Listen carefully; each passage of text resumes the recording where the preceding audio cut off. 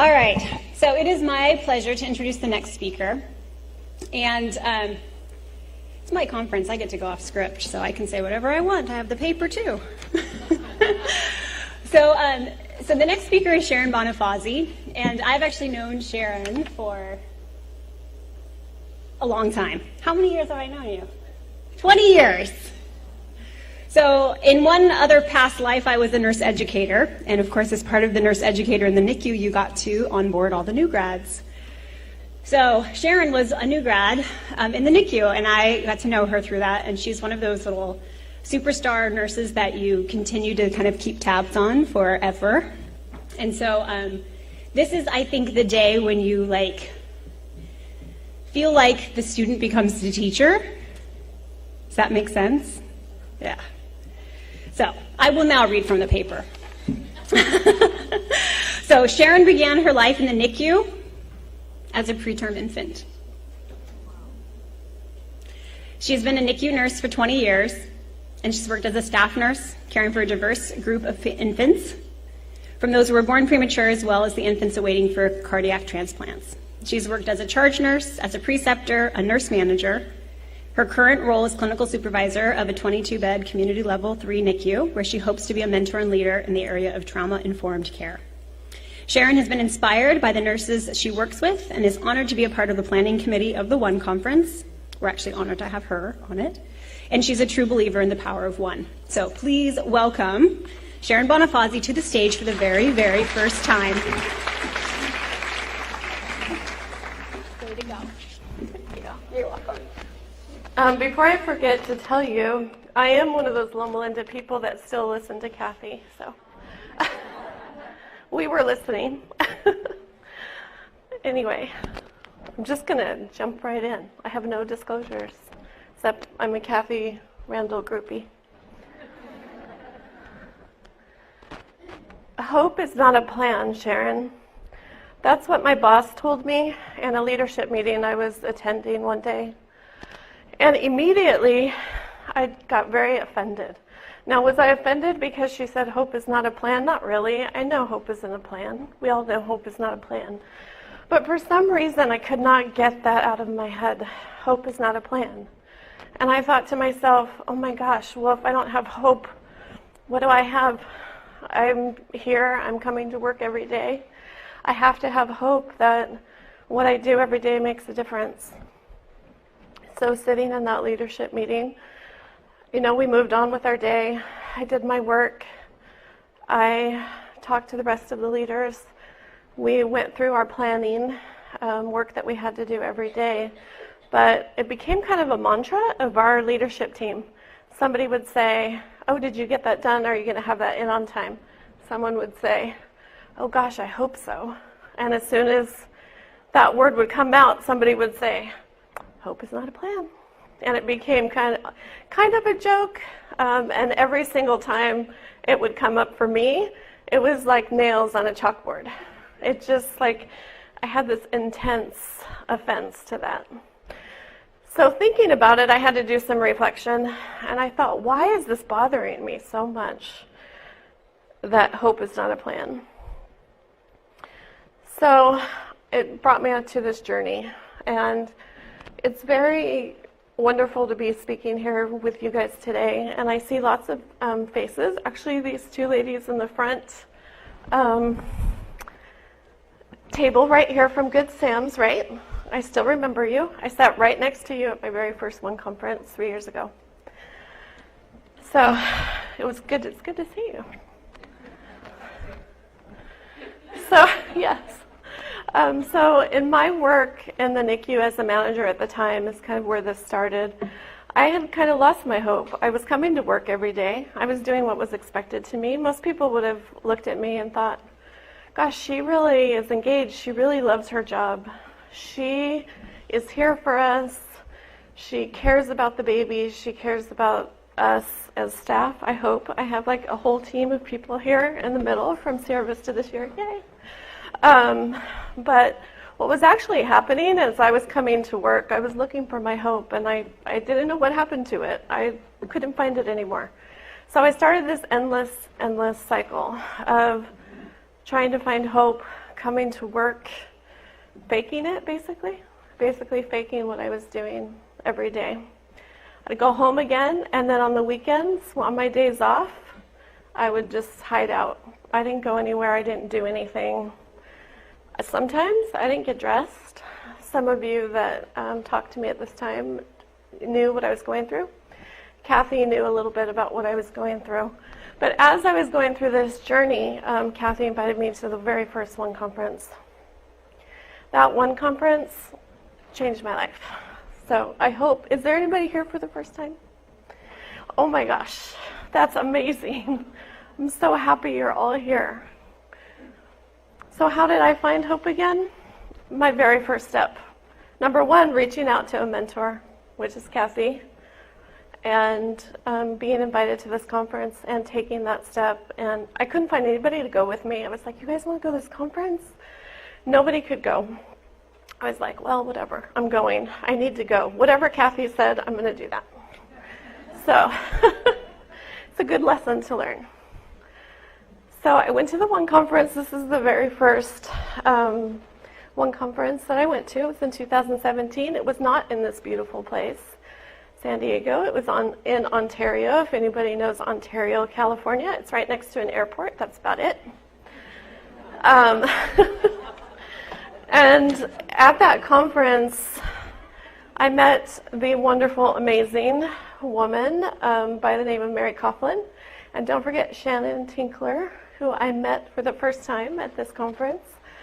And Mary I had been watching, like we all do, from afar.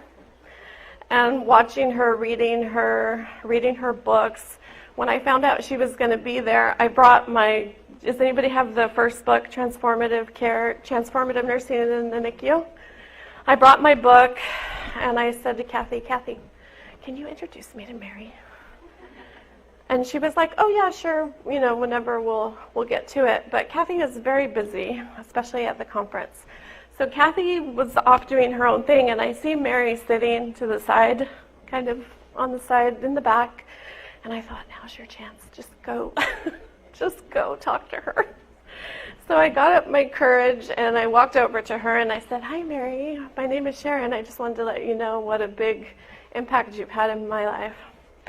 And I gave her my book and I said, will you please sign my book? And I'm going to cry because I'm looking at her now.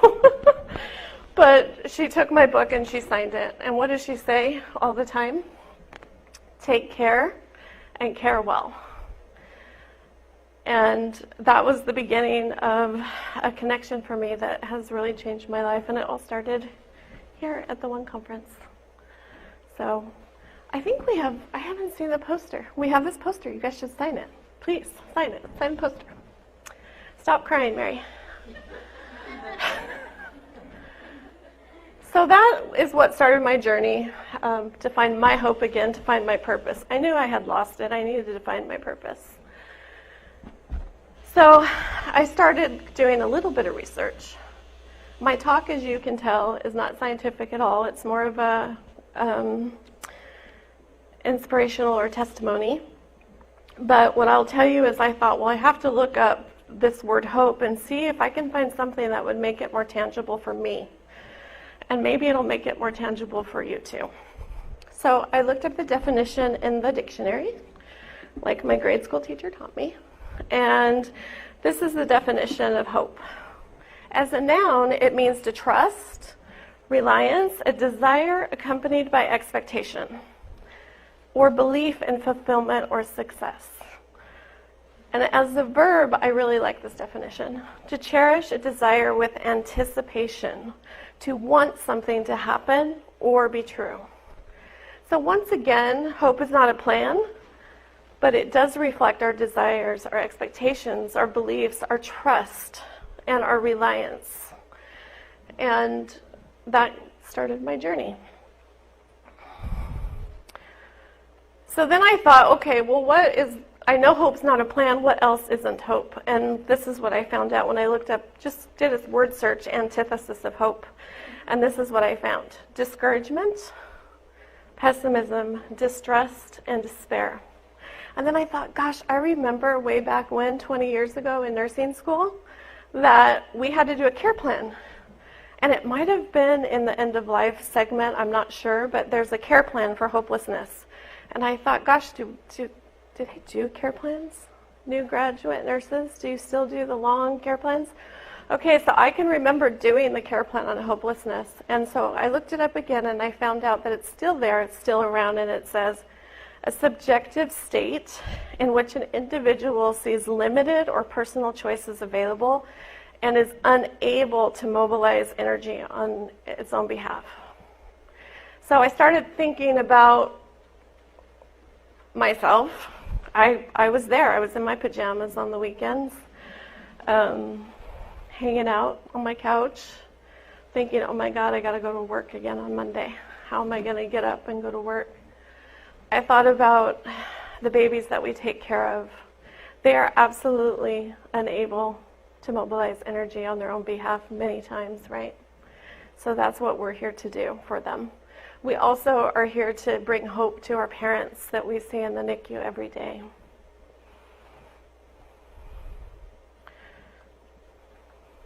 So what I'd like you to do, if you don't mind, a little exercise, and close your eyes. And think about, what do you see in your mind when you think about hopelessness in the NICU? What does hopelessness look like in the NICU?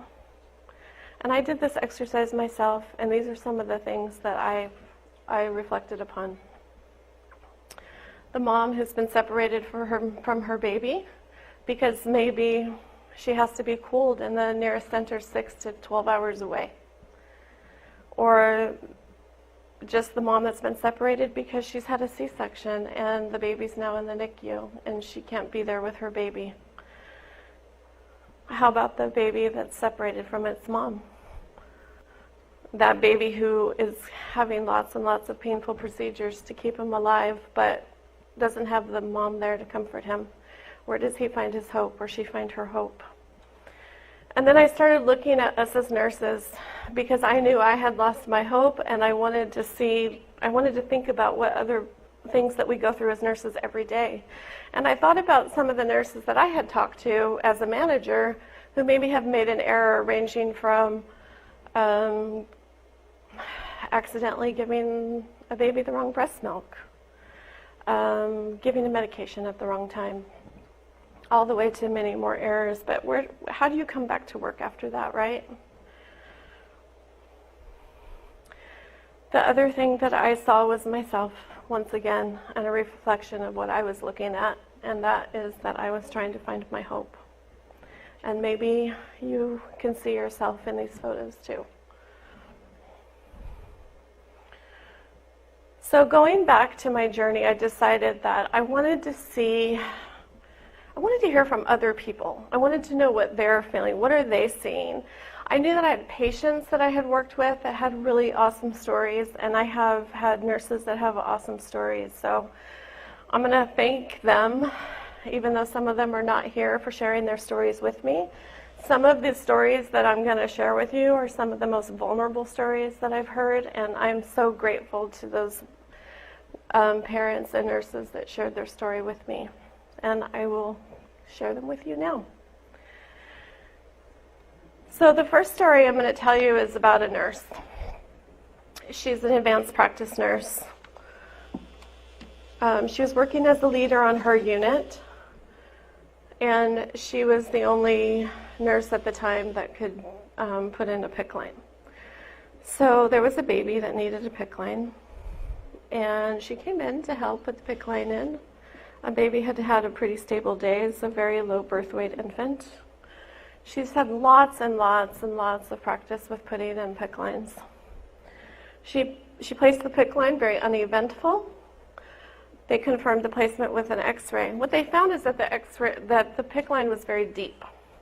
So she did what she would normally do in her ordinary day of placing PICC lines, and she pulled it back and did all of her measurements and resecured the PICC line.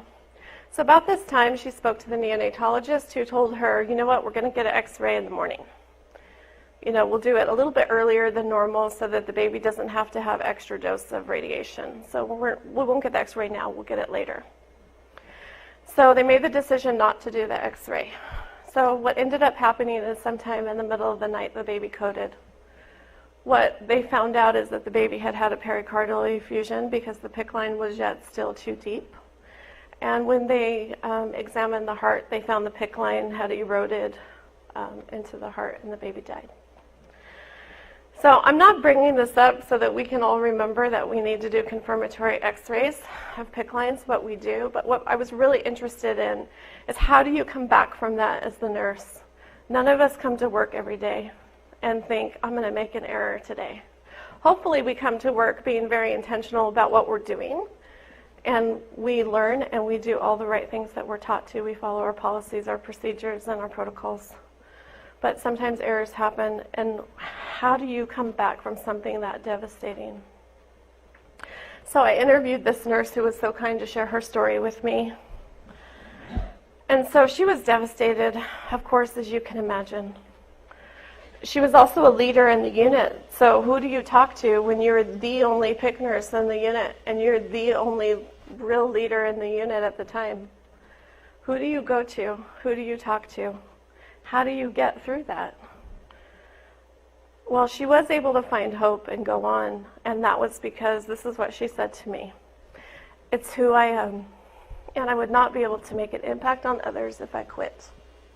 She knew instinctively that she could still make a difference even though she had had this adverse event happen after placing that PICC line. So she used interventions that she knew would work. She knew that she could change the protocols. So she did. There's always an x-ray now in this NICU whenever there's a PICC line placed, always, without fail, even if after securing the line. She shares her story with others. She teaches others, and she tells them, we always get an x-ray. This is why we always get an x-ray. And she also teaches others that what you do matters. The one thing that you do matters. So where do we find hope after an adverse event? It doesn't have to be that a baby died, right? It could be that you forgot to give your medication. You gave the medication too fast. So how do we get through that? Well, first of all, we listen. We listen to each other. We listen to people who have made errors, and we share our stories. I think one of the most powerful things that we can do is share our stories when there's an error, as hard as it is. You can bring this to your quality improvement team so that it doesn't happen to anybody else. And you want to have a culture of safety in your unit so that you can bring hope, but also bring this nurse through this process, right? Because nobody comes to work wanting to make an error. And also, I always say we find our hope a lot of times through education. And I'm looking at Chris Carlson right now because she is the author of Stable, and I'll get more into that. I don't know if you guys know that she's here and she's speaking. But she highlights errors in the Stable program so that we can learn from them. So always remember to learn from errors and to be gentle on those that make them. So another story I want to tell you about is the story of Charlie and Jenny. Jenny's the nurse in our NICU, actually, that has worked there for several years. And she was pregnant and expecting her first baby. She was so excited. She made these amazing intricate bows and tutus because she was having a girl. So we were all invested in this pregnancy with her, through the whole, and you guys could probably relate. Everybody gets involved in everyone's pregnancy, everyone's kids and milestones. So Jenny went to the doctor. I think she was around 37 weeks pregnant, and she found out that there's no heartbeat. Routine, ordinary doctor's appointment. Baby has no heartbeat. So she has to go home now and plan to come back the next day for a C-section, baby with breech, and have her first child by C-section that she knows is no longer going to be here. I asked her if she'd talk to me about this because I told her what my talk was on hope, and I wanted to know how she was able to get through that and what brought her hope through this. So I asked her one of the questions that I had always wanted to ask, but I never wanted to be offensive to her. How did you come back to work in a NICU with babies every day after losing your first baby? This is a picture of her and Charlie. She said to me, "This is who I am. This is what I do. What else would I do?" My work family helped me. My work family got through this for me. My patients helped me. Taking care of other babies helped me get through my own tragedy. She suddenly knew what it was like to lose a baby. She is completely full of life. If you've met Jenny, anybody could tell you. She's bubbly, she's excited. It's contagious, her excitement for life. And she tells me when I talk to her about hope, that hope is what keeps her going every single day. So what she does, this is another picture of Charlie that she wanted me to share with you. What she does every day when she comes to the NICU, because I said, "How has this changed you? What's made things different for you as a nurse?" She says, "I try to have parents really focus on their baby. Look at your baby. No matter what's going on, this is your baby. This is alive.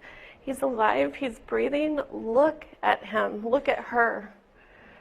And so that they can enjoy that baby's life who's living and so precious. I was so grateful to Jenny that she shared this story with us. Third interview, one of the interviews I did too that I wanted to share with you is Dia and Danny. Okay, Dia and Danny got married, were high school sweethearts. So they met in high school, fell in love, got married. What do we usually do after that? Oh, time to have a baby. They struggled with infertility for about 6 years. Finally find out they're pregnant with twins. Not only are they pregnant with twins, but they're pregnant with identical twins. So they had implanted 2 eggs. One did not survive and the other one split. So now they have identical twin boys. So each one of their boys suffered very different complications. One baby had a bowel perforation who had to be shipped a few hours away. The other baby, right near that same time, was diagnosed with bilateral bleeds.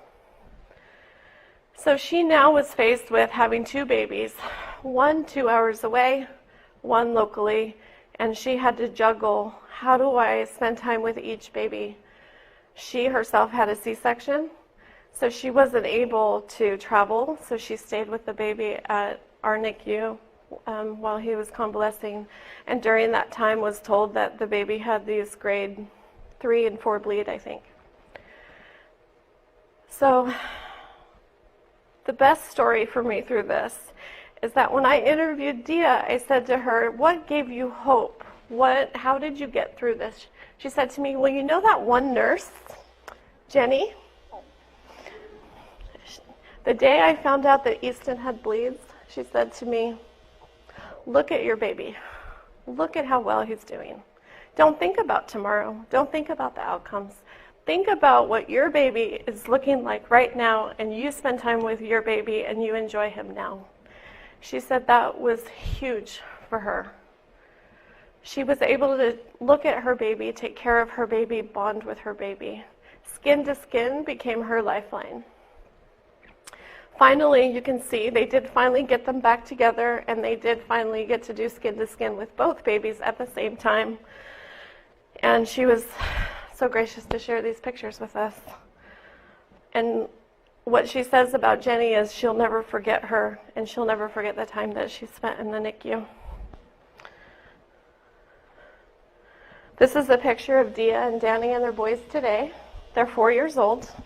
They're thriving. They're doing very well after a very long NICU stay. And what she said is that the nurses helped her to be a parent. They helped her to learn how to be a parent in the NICU. They didn't take over for her. They let her change Austin's ostomy bag when it needed to be changed. This became part of her ordinary life. She'd come to work every day. Dia now is our discharge coordinator in the NICU. And she also plans an amazing reunion every year that we have. And she has become part of our family. And I'm so grateful to her as well for sharing the story with us.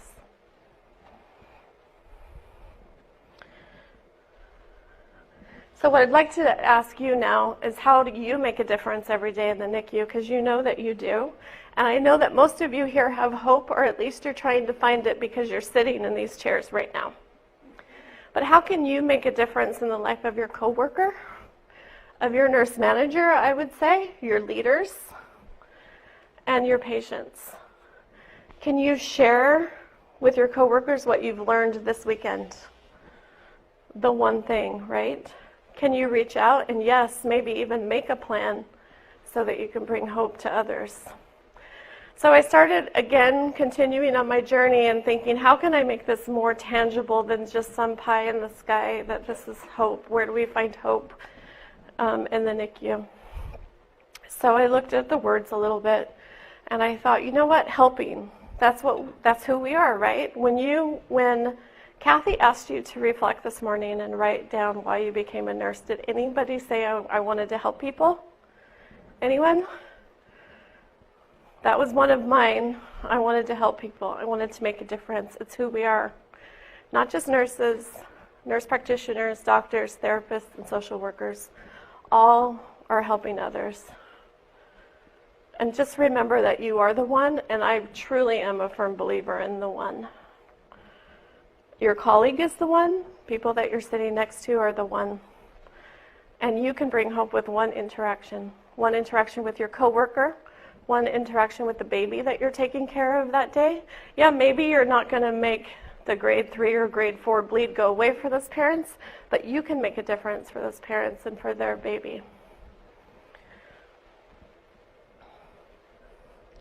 The other thing I thought is, we're just ordinary people. We come to work every day and we do ordinary tasks, right? We get up, we have our coffee or our tea. Hopefully we have a few minutes before we're rushing into work. And these things happen.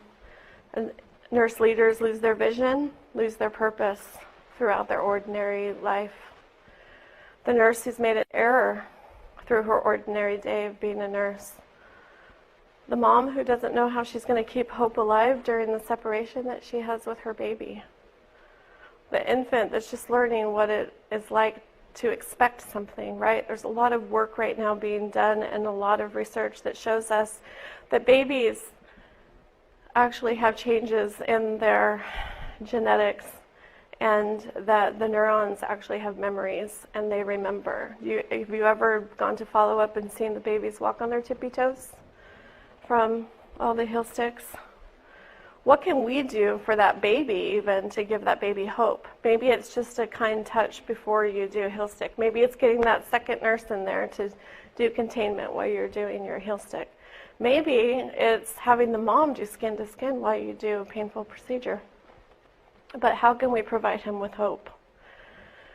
So I think some of the things that we can do as ordinary nurses, as ordinary people, helping others through extraordinary circumstances, is listening to people, listening to our coworkers, listening to the parents, listening to the baby, right? The stop sign.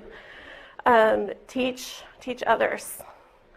Be present when you do your care. And I know I'm preaching to the choir. There's probably not one Barbara in here.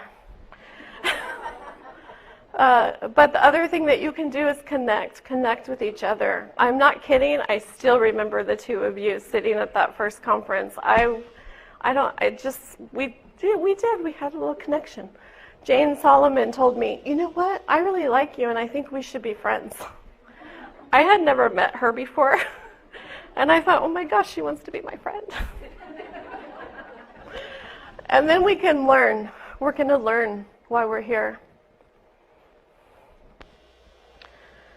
So there's things that we do, though, through our ordinary days that are extraordinary, right? We help a mom hold her baby skin to skin. That may seem ordinary to us, but to that mom, that is everything. That is her connection. We comfort the baby during the painful procedure. We teach a new nurse to see, look at what you do matters, what this one interaction that you have today, that is going to matter to that baby. Support your colleagues who have lost hope. Maybe they just need a little cup of coffee with you. Maybe they need to go for a walk. Maybe they need to go to a conference or be introduced to someone. What does an extraordinary day look like to you in the NICU? What I would challenge you to say is not so much that it's extraordinary that we save a life that day. There's not one slide that I'm talking about some life-saving measures. What I'm talking about is unexpected things and doing those everyday things that make a difference for somebody. It really, really makes a difference in our daily work. So now I'm just going to highlight a few people. I hope they don't mind. I did talk to all of them first. The first one is Chris Carlson. How many of you have taken Stable? Almost everybody. And I don't care how long you've been a nurse, you can learn something every single day from a Stable class, every day. So Chris Carlson founded the Stable program for Way for All Nurseries to be able to take care of sick babies for stabilization, right? I asked her through LinkedIn, never underestimate the power of LinkedIn, Chris, I'm doing this presentation on hope. And I got to thinking that you probably had some bit of hope going into the Stable program. She said, absolutely. And I'm going to read what she said to me because I don't want to misquote her. She said, she remains hopeful today of the 500,000 people that have taken the Stable class. If they have done even just one thing right for this baby, then that's more than 500,000 lives that have been affected by her coming up with the Stable program. And I think we all appreciate those mnemonics and those times of stress. How many lives do you think have been saved, honestly, just through Stable? I think about this when we teach it all the time. Because you're going to maybe do that blood sugar that's low because you're going to remember Stable. You're going to remember to keep the warmer on or to increase the temperature in the delivery room, right? Because of Stable. So there's one person that is an ordinary nurse that started at the bedside, is now a nurse practitioner, but who did this extraordinary task of bringing this education to us so that we can make a difference in the lives of every baby that we touch. You should stand up, Chris.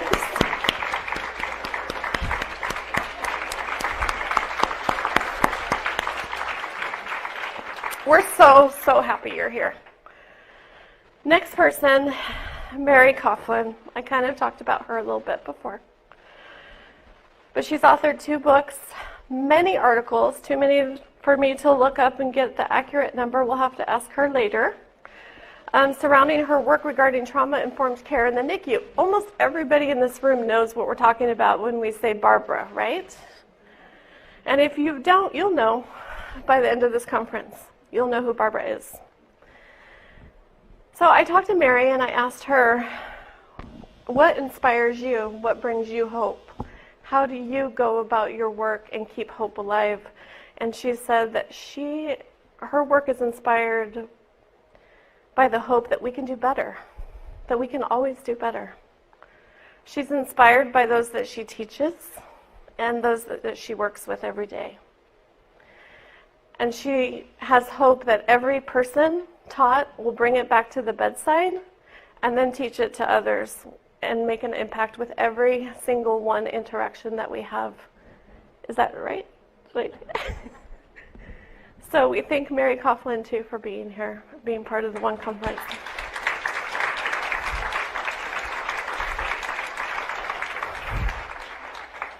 And there's her lovely picture. Sorry, it was a little slow on the uptake. Okay, one more person I'm going to highlight, and then I'll move on. And everybody in this room knows this person. Kathy Randall. We'll just clap ahead of time. Even if Loma Linda isn't here, it's okay. I'll represent them still. She began her work as a bedside RN at Loma Linda, like she told you earlier. She became interested in subclinical seizures because of one baby she was taking care of that was having seizures that nobody knew about. So she started on her own journey of brain monitoring and neuro development, and her work is inspired by the hope, if you didn't already know this after today's lecture, that one person can make an impact on one baby many times over. Everybody in here is going to go back with one thing, and they're going to make an impact. And why? Because Kathy brought the One Conference to us and helped us maybe find our hope, at least for me. That's what she did for me. She travels and she teaches all over the world, teaching thousands of people around about NeuroNICU and the impact that and the power of the one. That's Kathy Randall.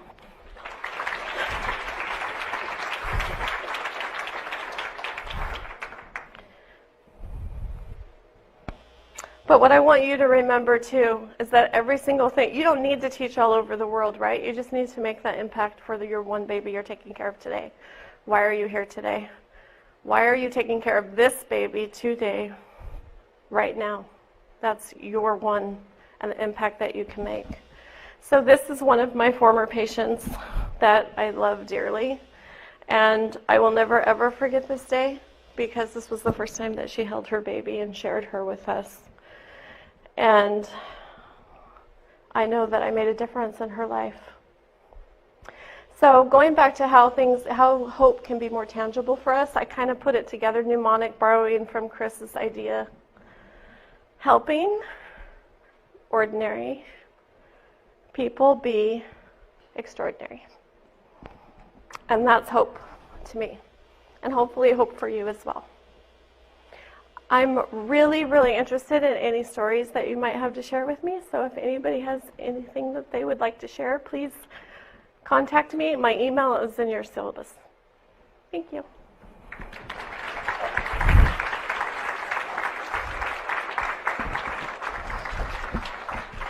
I don't know how to turn this off.